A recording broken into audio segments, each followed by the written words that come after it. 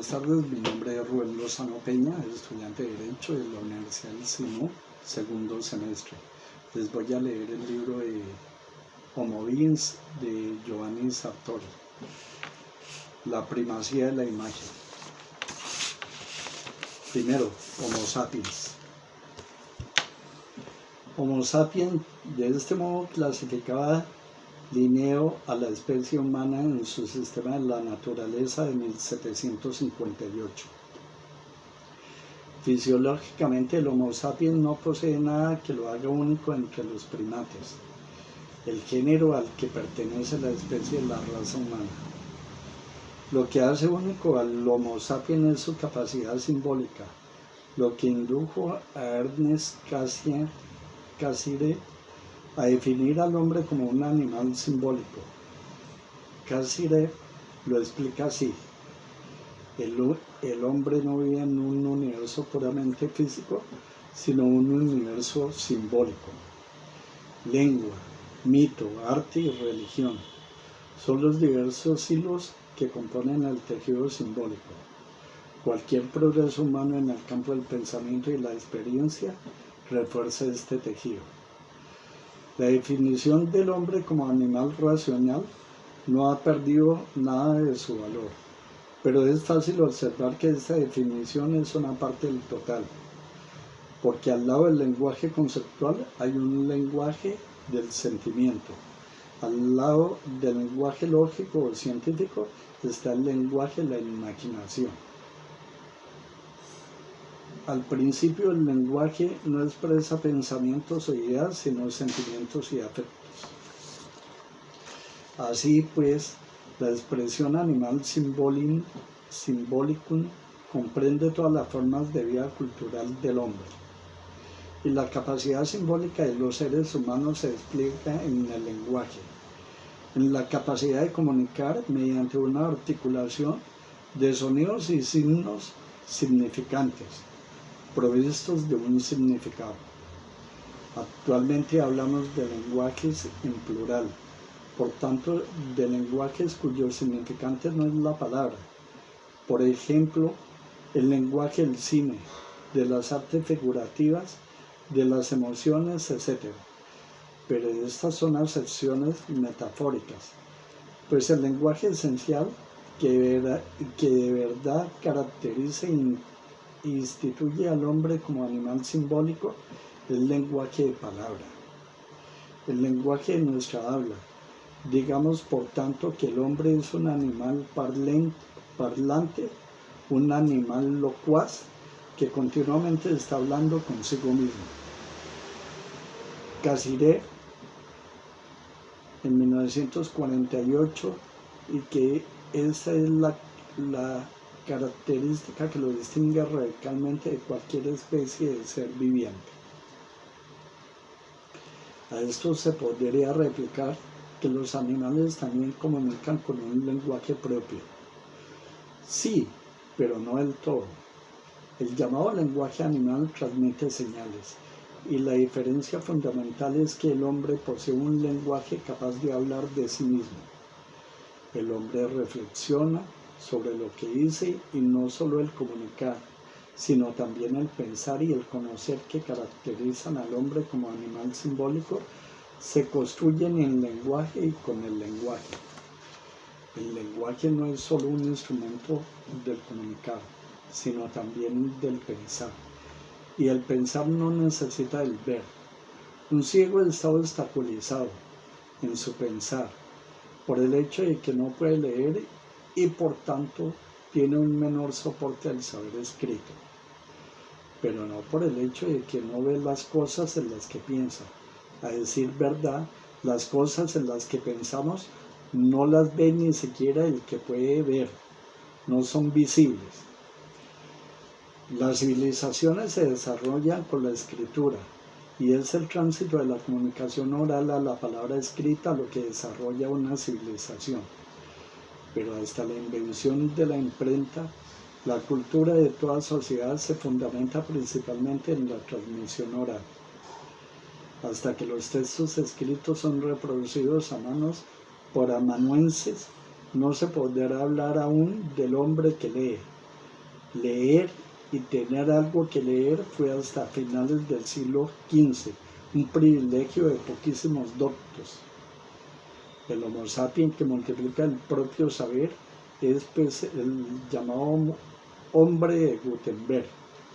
Es cierto que la Biblia impresa por Gutenberg entre 1452 y 1455 tuvo una tirada que para nosotros hoy es risible, de 200 copias, pero aquellas 200 copias se podían reimprimir, se habían producido el salto tecnológico.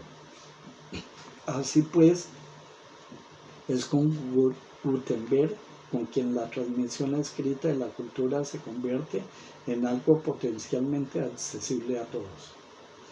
El progreso de la reproducción impresa fue lento pero constante y culmina entre los siglos XVIII y XIX con la llegada del periódico que se imprime todos los días, el diario. Al mismo tiempo, desde mediados del siglo XIX en adelante comienza un nuevo y diferente ciclo de avances tecnológicos. En primer lugar, la investigación del telégrafo, después la del teléfono de Alexander Graham Bell. Con estos dos inventos desaparecía la distancia y empezaba la era de las comunicaciones inmediatas. La radio, que también eliminaba distancias, añade un nuevo elemento, una voz fácil de difundir en todas las casas. La radio es el primer gran difusor de comunicaciones, pero un difusor que no menoscaba la naturaleza simbólica del hombre, ya que como la radio habla, difunde siempre cosas dichas con palabras. De modo que libros, periódicos, teléfonos, radio, son todos ellos en concordancia elementos portadores de comunicación lingüística. La ruptura se produce a mediados de nuestro siglo con la llegada del televisor y la televisión. La televisión, como su propio nombre indica, es ver desde lejos, tele, es decir, llevar ante los ojos de un público de espectadores cosas que pueden ver en cualquier sitio, desde cualquier lugar y distancia. Y en la televisión el hecho de ver prevalece sobre el hecho de hablar, en el sentido de que la voz del medio o de un hablante es secundaria, está en función de la imagen, comenta la imagen y como consecuencia el telespectador es más un animal viviente que un animal simbólico. Para él, las cosas representadas en imágenes cuentan y pesan más que las dichas con palabras. Y esto es un cambio radical de dirección, porque mientras que la capacidad simbólica distancia al Homo sapiens del animal, el hecho de ver lo acerca a sus capacidades ancestrales, al género al que pertenece la especie de Homo sapiens. Segundo, el progreso tecnológico. Todo progreso tecnológico en el momento de su aparición ha sido tenido e incluso rechazado. Y sabemos que cualquier innovación molesta porque cambia los órdenes constituidos, pero no podemos ni debemos generalizar. El invento más protestado fue históricamente el de la máquina industrial. La aparición de la máquina provocó un miedo profundo, porque según se decía, sustituía al hombre. Durante 2 siglos esto no ha sido cierto, pero era verdad entonces y sigue siéndolo ahora que el coste humano de la primera revolución industrial fue terrible. Aunque la máquina era imparable y a pesar de todos los inmensos beneficios que ha producido, aún hoy las críticas a la civilización de la máquina se relacionan con verdaderos problemas. En comparación con la revolución industrial, la invención de la imprenta y el progreso de las comunicaciones no han encontrado utilidades relevantes. Por el contrario, siempre han aplaudido y casi siempre han gozado de eufóricas previsiones. Cuando apareció el periódico, el telégrafo, el teléfono y la radio, dejó en suspenso el caso de la televisión. La mayoría les dio la bienvenida como progresos favorables para la difusión de información, ideas y culturas. En este contexto, las objeciones y los temores no han acatado a los instrumentos, sino a su contenido. El caso emblemático de esta resistencia, repito, no contra la comunicación, sino contra lo que se comunicaba, fue el caso de la gran enciclopedia. La enciclopedia de Diderot, cuyo primer tomo apareció en 1751, fue prohibida e incluida en el índice en 1759 con el argumento de que escondía una conspiración para destruir la religión y debilitar la autoridad del Estado. El Papa Clemente XII llegó a decretar que todos los católicos que poseyeran ejemplares debían dárselos a un sacerdote para que los quemaran, so pena de excomunión.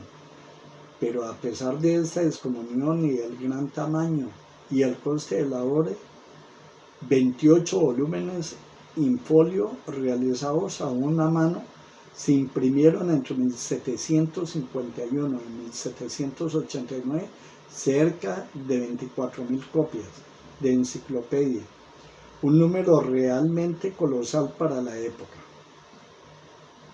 El progreso de los ilustrados fue incontenible, y si no debemos confundir nunca el instrumento con sus mensajes, los medios de comunicación con los contenidos que comunican, el nexo es este. Sin el instrumento de la imprenta no hubiéramos quedado sin enciclopedia y por tanto sin ilustración.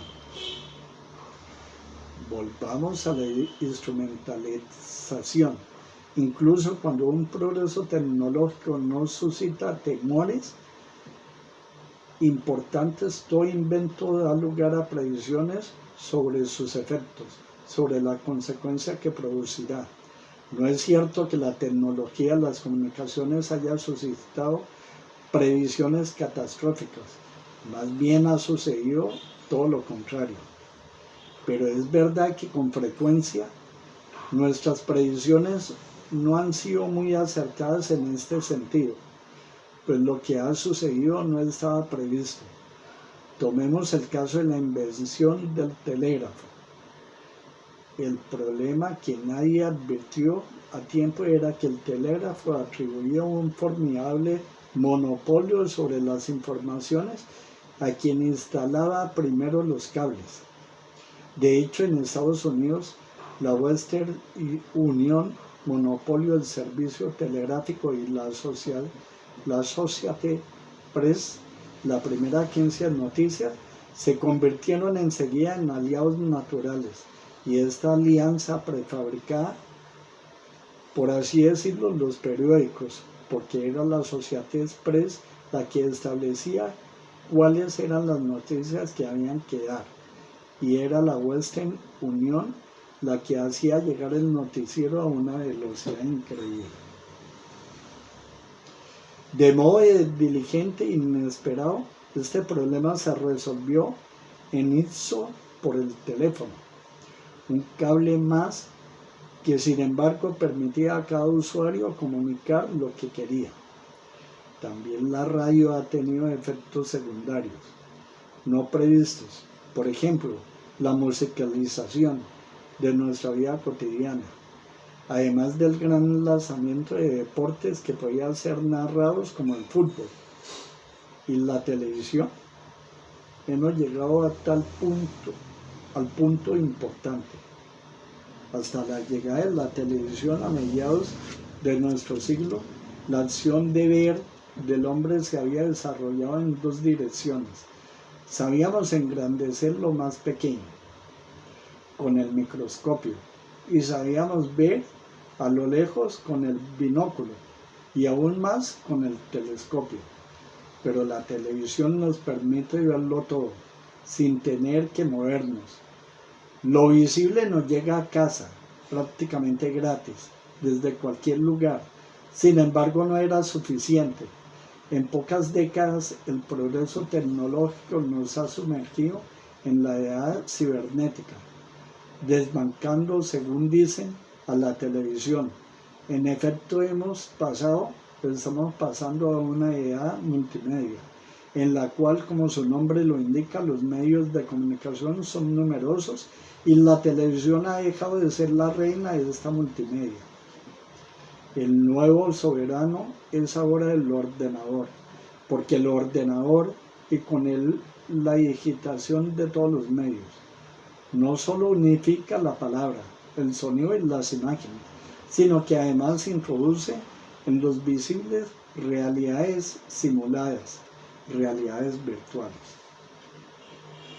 Pero no acumulemos demasiadas cosas.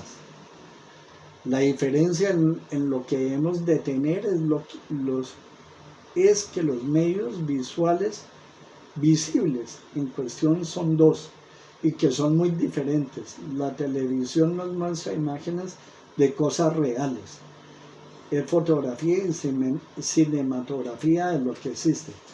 Por el contrario, el ordenador cibernético, para condensar la idea en dos palabras, nos enseña imágenes imaginarias. La llamada realidad virtual es una irrealidad que se ha creado con la imagen y que es en realidad solo en la pantalla. Lo virtual, las simulaciones amplían desmesuradamente las posibilidades de lo real, pero no son realidades. El bioniño. Así pues, el cambio de aguja se ha producido por el hecho de informarse bien. Este cambio empieza con la televisión. Por tanto, comienzo también yo por telever, sean cuales sean los desarrollos virtuales del video ver posteriores a la televisión. Es la televisión la que modifica primero y fundamentalmente la naturaleza la misma de la comunicación, pues la traslada del contexto de la palabra impresa o radiotransmitida al contexto de la imagen. La diferencia es radical. La palabra es un símbolo que se resuelve en lo que significa, en lo que nos hace entender, y entendemos la palabra solo si podemos, es decir, si conocemos la lengua a la que pertenece. En caso contrario, es letra muerta, un signo o un sonido cualquiera. Por el contrario, la imagen es pura y simple representación visual. La imagen se ve y eso es suficiente. Y para verla basta con poseer el sentido de la vista. Basta con no ser ciegos. La imagen no se ve en chino, árabe o inglés. Como ya he dicho, se ve y es suficiente. Está claro, pues, que el caso de la televisión no puede ser tratado por analogía, es decir, como si la televisión fuera una prolongación y una mera ampliación de los instrumentos de comunicación que la han precedido. Con la televisión nos aventuramos en una novedad radicalmente nueva. La televisión no es un anexo, es sobre todo una sustitución que modifica sustancialmente la relación entre entender y ver.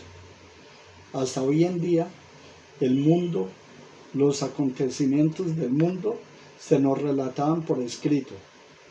Actualmente se nos muestra y el relato, su explicación está prácticamente solo en función de las imágenes que aparecen en la pantalla. Si esto es verdad, podemos deducir que la televisión está produciendo una permutación, una metamorfosis, que revierte en la naturaleza misma del Homo sapiens. La televisión no es solo instrumento de comunicación, es también a la vez paideia, un instrumento antropogénito, un medio que genera un nuevo antropos, un nuevo tipo de ser humano. Esta es la tesis, o si se prefiere, la hipótesis, en la que se centra todo el libro. y sobre la cual obviamente volveré con frecuencia. Una tesis que se fundamenta como premisa en el puro y simple hecho de que nuestros niños ven la televisión durante horas y horas antes de aprender a leer y a escribir. Curiosamente, se ataca esta exposición porque sobre todo, según se dice, habitúa al niño a la violencia y lo hace un adulto más violento. Digo curiosamente porque aquí un detalle del problema lo sustituye y esconde. El argumento de que un niño de menos de 3 años no entiende lo que está viendo y por tanto absorbe con más razón la violencia como un modelo excitante y tal vez triunfador de la vida adulta. Seguramente es cierto, pero ¿por qué limitarlo a la violencia? Por encima de todo, la verdad es que la televisión es la primera escuela del niño, la escuela divertida, que precede a la escuela aburrida, y el niño es un animal simbólico que recibe su impronta educacional en imágenes de un mundo centrado en el hecho de ver. En esta paideía, la predisposición a la violencia es, decía, solo un detalle del problema. El problema es que el niño es una esponja que registra y absorbe indiscriminadamente todo lo que ve, ya que no posee aún capacidad de discriminación. Por el contrario, desde el otro punto de vista, el niño formado en la imagen se reduce a ser un hombre que no lee y por tanto la mayoría de las veces es un ser resplandecido por la televisión, adicto de por vida a los videojuegos. Al principio fue la palabra, así dice el Evangelio de Juan. Hoy se tendría que decir que al principio fue la imagen, y con la imagen que destrona la palabra se asedia una cultura juvenil descrita perfectamente por Alberoni. Los jóvenes caminan en el mundo adulto de la escuela, del Estado, de la profesión como clandestinos. En la escuela escuchan perezosamente lecciones que enseguida olvidan y no leen periódicos. Se parapetan en su habitación con carteles de sus héroes. Ven sus propios espectáculos. Caminan por la calle inmersos en su música. Despiertan solo cuando se encuentran en la discoteca por la noche, que es el momento en el que por fin saborean la ebriedad de apiñarse unos con otros, la fortuna de existir como un único cuerpo colectivo danzante. No podría describir mejor al video niño, es decir, al niño que ha crecido ante un televisor. ¿Este niño se convierte algún día en adulto? Naturalmente que sí, a la fuerza, pero se trata siempre de un adulto sordo de por vía los estímulos de la lectura y el saber transmitirlos por la cultura escrita. Los estímulos ante los cuales responde cuando es adulto son casi exclusivamente audiovisuales. Por tanto, el video niño no crece mucho más. A los 30 años es un adulto empobrecido, educado por el mensaje, la cultura. Qué rollazo de Ambra Angioli, que animaba las vacaciones televisivas. Es pues un adulto marcado durante toda su vida por una atrofia cultural. El término cultura posee dos significados. En su acepción antropológica y sociológica, quiere decir que todo ser humano vive en la esfera de su cultura. Si el hombre es, como es, un animal simbólico, de ello deriva el ipso, que vive en un contexto coordenado de valores, creencias, conceptos y en definitiva de simbolizaciones que constituyen la cultura. Así pues, en esta acepción genérica, también el hombre primitivo o el analfabeto poseen cultura, y es en ese sentido en el que hoy hablamos, por ejemplo, de una cultura del ocio, una cultura de la imagen y una cultura juvenil. Pero cultura es además sinónimo de saber. Una persona culta es una persona que sabe, que ha hecho buenas lecturas o que en todo caso está bien informada. En esta sección restringida y apreciativa, la cultura es de los cultos, no de los ignorantes. Y este es el sentido que nos permite hablar, sin contradicciones, de una cultura de la incultura, y asimismo de atrofia y pobreza cultural. Es cierto que las sociedades siempre han sido plasmadas por la naturaleza de los medios de comunicación, mediante los cuales comunican más que por el contenido de la comunicación. El alfabeto, por ejemplo, es una tecnología absorbida por el niño, mediante osmosis, por llamarlo así, McLuhan y Fiore, pero no es verdad que el alfabeto y la prensa hayan promovido un proceso de fragmentación, de especialización y de alejamiento, mientras que la tecnología electrónica promueve la unificación y la inmersión. Y ven, si acaso es verdad lo contrario, ni siquiera estas consideraciones pueden demostrar superioridad alguna de la cultura audiovisual sobre la cultura escrita. El mensaje con el cual la nueva cultura se recomienda y se autoelogia es que la cultura del libro es de unos pocos, es elitista, mientras que la cultura audiovisual es de la mayoría. Pero el número de beneficiarios, sean minoría o mayoría, no altera la naturaleza y el valor de una cultura.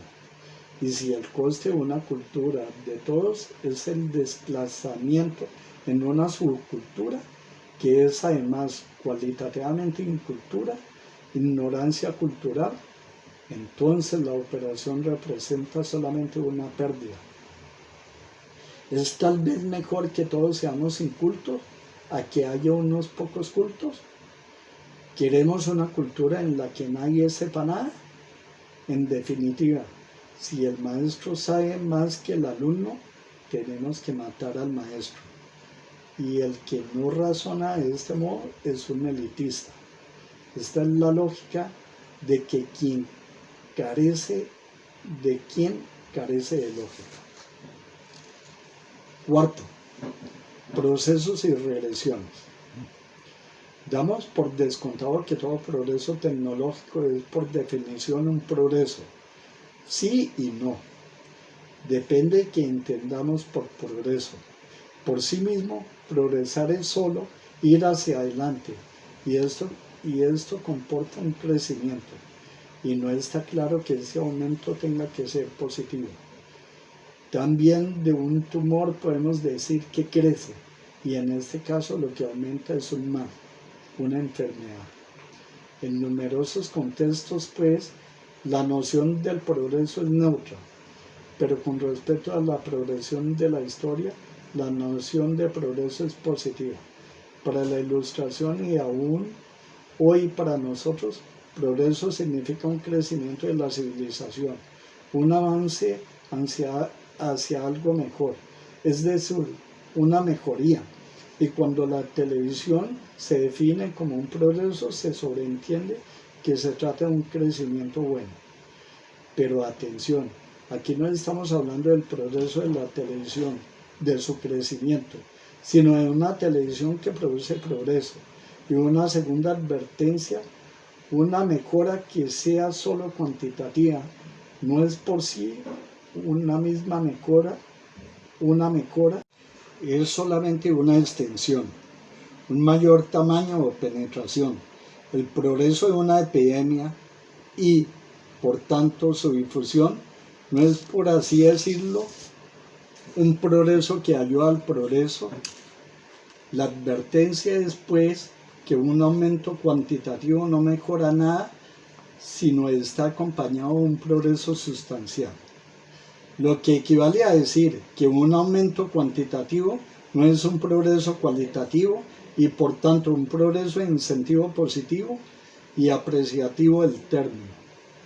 Y mientras que un progreso cualitativo puede prescindir del aumento cuantitativo, es decir, quedar en el ámbito de lo poco numeroso, lo contrario no es cierto. La difusión en extensión de algo se considera progreso solo si el contenido de esa difusión es positivo, o al menos no da pérdidas, si no está ya en pérdidas. Una vez aclarada esta premisa, la pregunta es, ¿en qué sentido la televisión es progresiva? En cuanto que mejora un estado de cosas ya preexistente. Es una pregunta a la que debemos responder haciendo una distinción. La televisión beneficia y perjudica, ayuda y hace daño. No debe ser exaltada en bloque, pero tampoco puede ser condenada indiscriminadamente. En líneas generales, lo iremos viendo detalladamente. Es cierto que la televisión entretiene y divierte, el homo ludens, el hombre como animal que goza, que le encanta jugar, nunca ha estado tan satisfecho y gratificado en toda su historia. Pero este acto positivo concierne a la televisión espectáculo. No obstante, si la televisión transforma todo en espectáculo, entonces la valoración cambia. Una segunda generalización es verdad que la televisión estimula. En parte ya lo ha hecho la radio, pero el efecto estimulante de la televisión es dinámico y diferente. Despertar con la palabra, la radio, es algo insignificante respecto a un despertar producido por la visión de todo el mundo. Lo que en potencia podemos ver en cualquier casa hasta el siglo XX, las 3/4 partes de los seres vivos estaban aislados y adormecidos en sus pueblos, como máximo en pequeñas ciudades. Ahora a todos nosotros, casi 6.000 millones de personas, nos despiertan o nos pueden despertar. Es un momento colosal, del cual aún no podemos sopesar el impresionante impacto. De momento, en cualquier caso, es seguro que un despertar es apertura hacia el progreso, en la acepción ilustrada del término. Pero por el contrario, es también seguro que frente a estos progresos hay una regresión fundamental, el empobrecimiento de la capacidad de entender. Quinto, el empobrecimiento de la capacidad de entender. El Homo sapiens, volvemos a él, debe todo su ser y todo el avance de su entendimiento a su capacidad de abstracción. Sabemos que las palabras que articulan el lenguaje humano son símbolos que evocan también representaciones y por tanto llevan a la mente figuras, imágenes de cosas visibles y que hemos visto. Pero esto sucede solo con los nombres propios y con la palabra concretas. Lo digo de este modo para que la exposición sea más simple. Es decir, palabras como casa, cama, mesa, carne, automóvil, gato, mujer, etc. Nuestro vocabulario de orden práctico. De otro modo, casi todo nuestro vocabulario cognoscitivo y teórico consiste en palabras abstractas que no tienen ningún correlato en cosas visibles y cuyo significado no se puede trasladar ni traducir en imágenes. Ciudades todavía, algo que podemos ver, pero no nos es posible ver la nación, Estado, soberanía, democracia, representación, burocracia, etc. Son conceptos abstractos elaborados por procesos mentales de abstracción que están construidos por nuestra mente como entidades. Los conceptos de justicia, legitimidad, legalidad, libertad, igualdad, derecho y derechos son asimismo abstracciones no visibles, y aún hay más. Palabras como paro, inteligencia, felicidad son también palabras abstractas, y toda nuestra capacidad de administrar la realidad política, social y económica en la que vivimos y a la que se somete la naturaleza del hombre se fundamenta exclusivamente en un pensamiento conceptual que representa para el ojo desnudo entidades invisibles e inexistentes. Los llamados primitivos son tales porque fábulas aparte en su lenguaje destacan palabras concretas, lo cual garantiza la comunicación, pero escasa capacidad científica cognoscitiva. Y de hecho, durante milenios los primitivos no se movieron de sus pequeñas aldeas y organizaciones tribales. Por el contrario, los pueblos se consideran avanzados porque han adquirido un lenguaje abstracto, que es además un lenguaje construido en la lógica, que permite el conocimiento analítico científico. Algunas palabras abstractas, algunas no todas, son en cierto modo traducibles en imágenes, pero se trata también de traducciones que son sólo un sucedáneo infiel y empobrecido del concepto que intentan visibilizar. Por ejemplo, el desempleo se traduce en la imagen del desempleado, la felicidad en la fotografía, un rostro que expresa alegría. La libertad nos remite a una persona que sale de la cárcel. Incluso podemos ilustrar la palabra igualdad mostrando dos pelotas de billar y diciendo, he aquí objetos iguales. O bien representar la palabra inteligencia mediante la imagen de un cerebro. Sin embargo, todo ello son solo distorsiones de esos conceptos en cuestión. Y las posibles traducciones que he sugerido no traducen prácticamente nada. La imagen de un hombre sin trabajo no nos lleva a comprender en modo alguno la causa del desempleo y cómo resolverlo. De igual manera, el hecho de mostrar un detenido que abandona la cárcel no nos explica la libertad, al igual que la figura de un pobre no nos explica la pobreza, ni la imagen de un enfermo nos hace entender qué es la enfermedad. Así pues, en síntesis, todo el saber del Homo sapiens se desarrolla en la esfera de un mundos inteligibles, de conceptos y de concepciones mentales, que no es en modo alguno el modo sensibilis, el mundo percibido por nuestros sentidos. Y la cuestión es esta: la televisión invierte la evolución de lo sensible en inteligible y lo convierte en el ictus oculi, en un regreso al puro y simple acto de ver. La televisión produce imágenes y anula los conceptos y de este modo atrofia nuestra capacidad de abstracción y con ella toda nuestra capacidad de entender.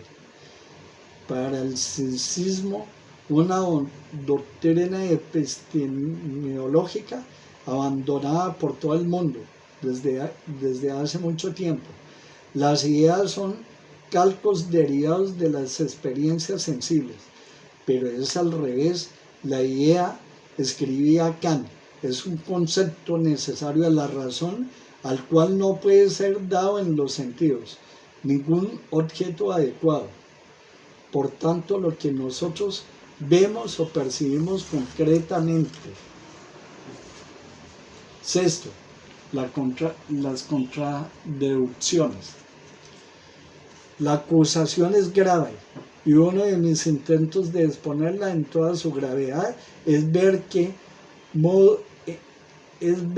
de qué modo los acusados, sean biodefensores o multimedialistas, la saben rebatir. La respuesta ritual es que todo hallazgo tecnológico se ha topado con inquisidores que siempre se han equivocado, pero ya hemos visto que esa respuesta es falsa. ¿Quién maldijo el invento de la imprenta? ¿Quién ha condenado el telégrafo y el teléfono? La invención de la radio deslumbró a todos. Responder invocando a inexistentes satanizadores es, pues, una respuesta vacía que va el problema presupuesto. Una segunda respuesta es que lo inevitable es aceptado. Estoy de acuerdo. La llegada de la televisión y después de la tecnología multimedia es absolutamente inevitable. Pero por el hecho de ser inevitable no debe aceptarse a ciegas. Una de las consecuencias imprevistas de la sociedad industrial ha sido la polución, la intoxicación del aire y del ambiente. Y la polución es algo inevitable que estamos combatiendo. Del mismo modo, el desarrollo de la era nuclear trajo como consecuencia la bomba atómica, que puede exterminarnos a todos, y eso fue inevitable. A pesar de ello, numerosas personas están en contra de la producción de energía nuclear. Y todos temen e intentan impedir el uso bélico del átomo y de la bomba del hidrógeno. El progreso tecnológico no se puede detener, pero no por ello se nos puede escapar de las manos, ni debemos darnos por vencidos negligentemente. Una tercera respuesta, la verdaderamente sería, es que la palabra imagen no se contrapone. Contrariamente a cuando vengo afirmando entender mediante conceptos y entender a través de la vista, se combinan en una suma positiva, reforzándose o al menos integrándose el uno con el otro. Así pues, la tesis es que el hombre que lee y el hombre que ve, la cultura escrita y la cultura audiovisual dan lugar a una síntesis armoniosa. A ello respondo que si fuera así sería perfecto. La solución del problema debemos buscarla en alguna síntesis armónica. Aunque de momento los hechos desmienten de modo palpable que el hombre que lee y el homo viens se estén integrando en una suma positiva, la relación entre los dos de hecho es una suma negativa, como un juego en el cual pierden todos. El dato de fondo es el siguiente: el hombre que lee está decayendo rápidamente, bien se trate del lector de libros como el lector de periódicos. En España, como en Italia, un adulto de cada dos no lee ni siquiera un libro al año. En Estados Unidos, entre 1970 y 1973, los diarios perdieron casi una cuarta parte de sus lectores. Por más que se quiera afirmar que la culpa de este veloz descenso es la mala calidad o la equivocada adaptación de los periódicos a la competencia televisiva, esta explicación no es suficientemente aclaratoria.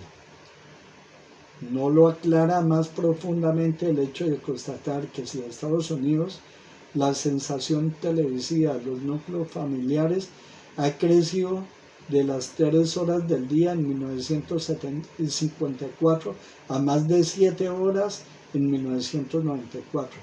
Quiere decir que después del trabajo no queda tiempo para nada más. 7 horas de televisión, más 9 horas de trabajo, incluyendo los trayectos, más 6 o 7 horas para dormir, asearse y comer, suman 24 horas. La jornada está más que completa.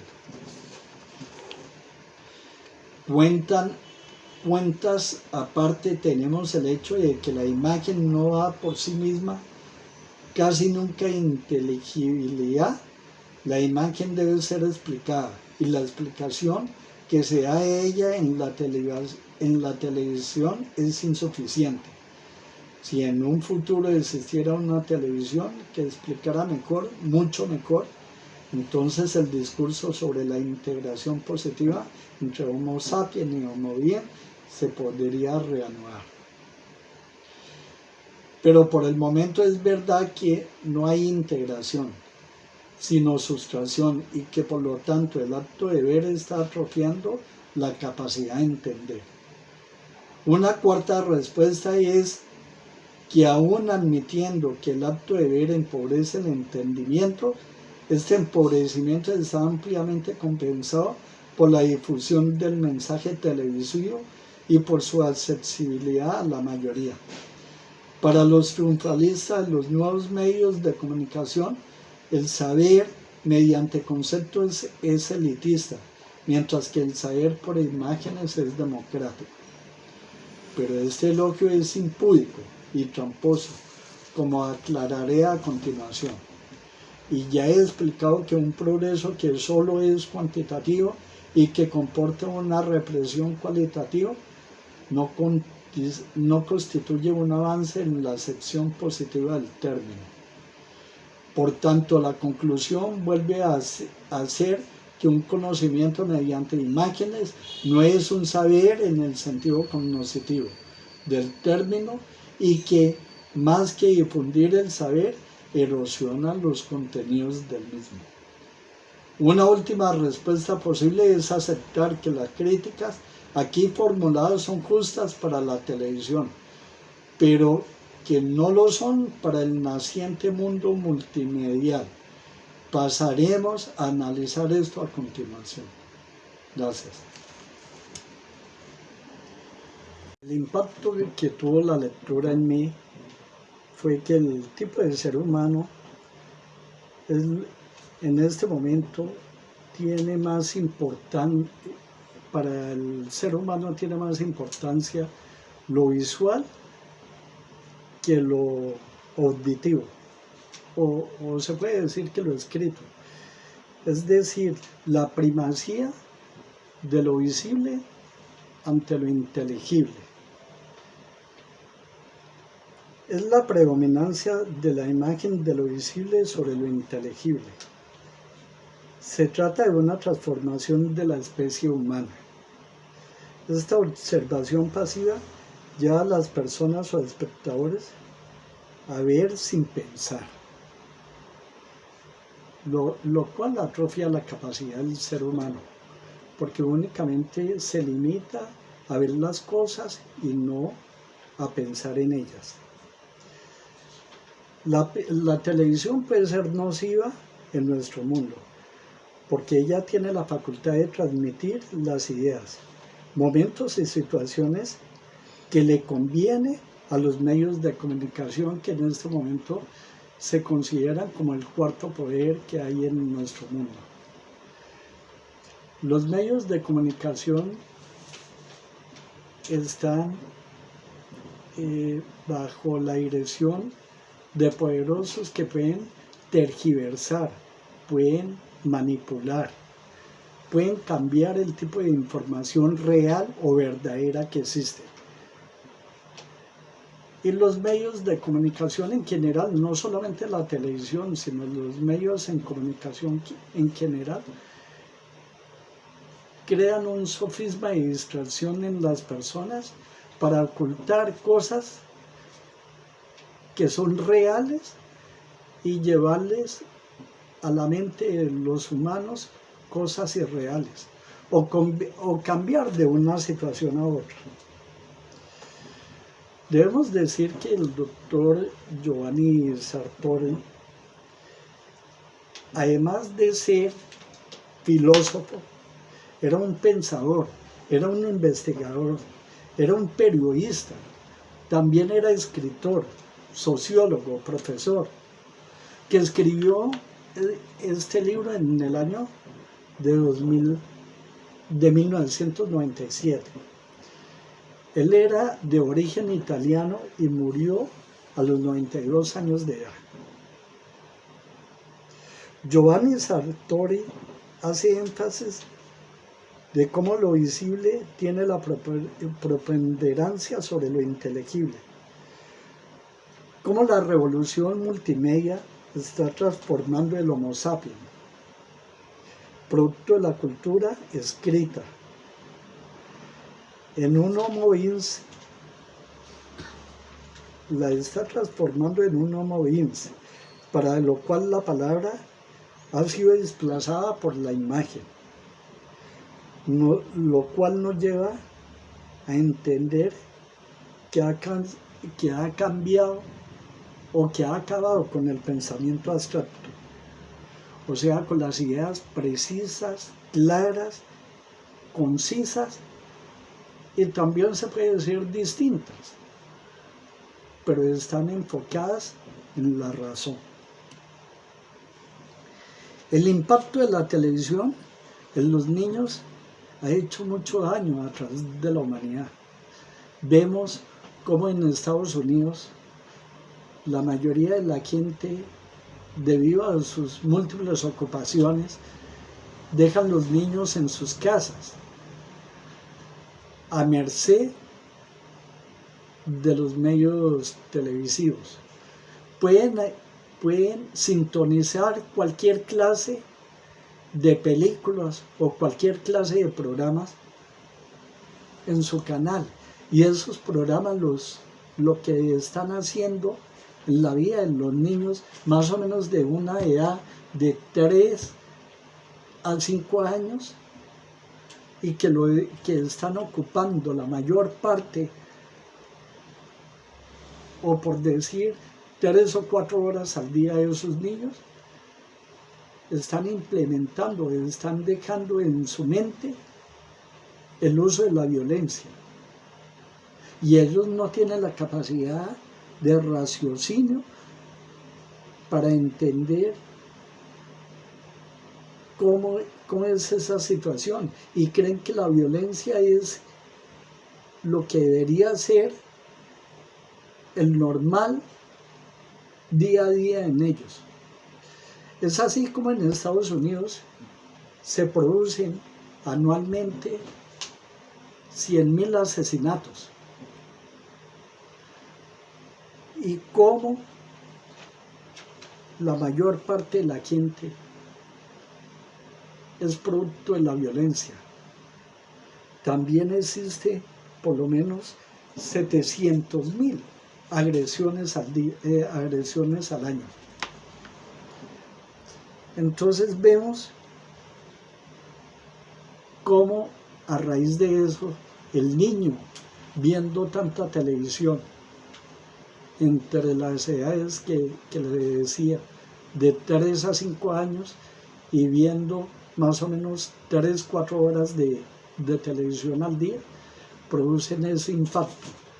Y cómo es que los adolescentes, entre las edades de 12 y más años, están pegados de la televisión también. Y eso produce un efecto o un síndrome de que las personas se vuelvan adictos a los juegos, se vuelven adictos al videojuego. Este trae como consecuencia que su desarrollo potencial y su desarrollo se vea detenido, y que con el tiempo se convierte en un adulto con un coeficiente intelectual bajo y con poca imaginación,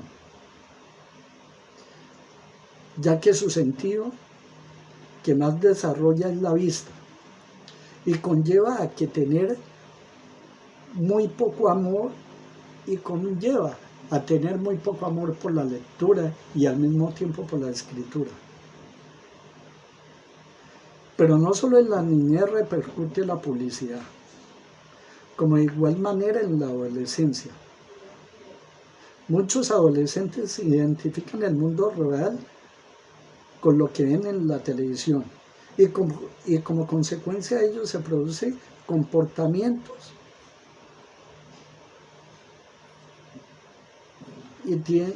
se producen comportamientos y situaciones que se relacionan con aspectos sexuales de varias personas sin responsabilidad, produciendo un incremento en los embarazos, porque ven la televisión como un ejemplo, y lo que sucede en la televisión lo quieren transmitir a la vida normal.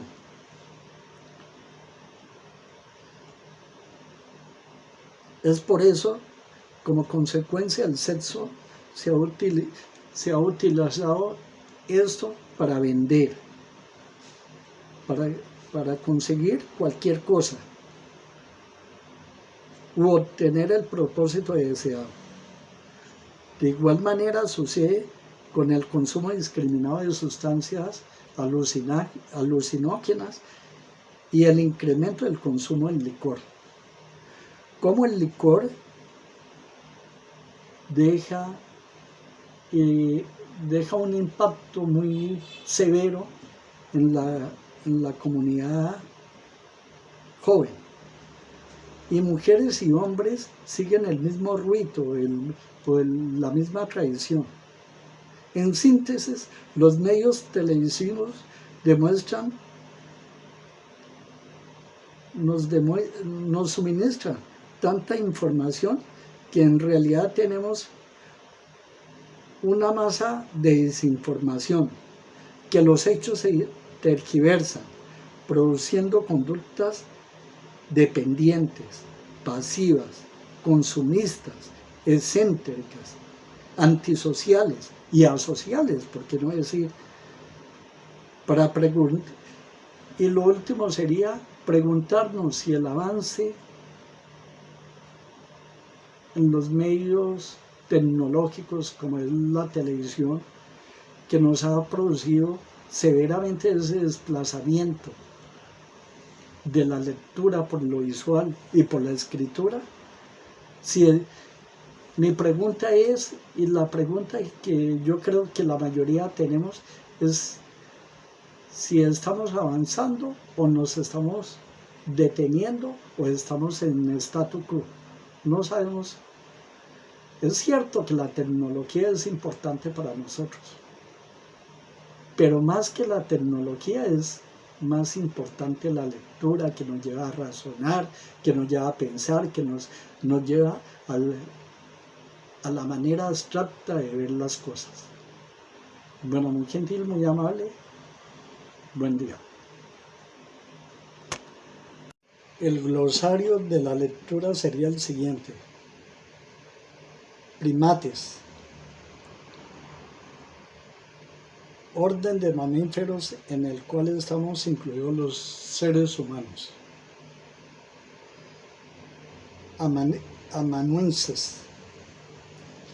Persona que copia escrito, los pasa limpio o escribe el dictado. Estereotipos. Imagen esterillada con pocos detalles acerca de un grupo de gente que comparte ciertas cualidades. Semiótica. Ciencia que estudia los signos en el seno de la vida social. Y cognitiva, capacidad humana para aprender o asimilar toda clase de conocimientos. Eso sería todo. Gracias.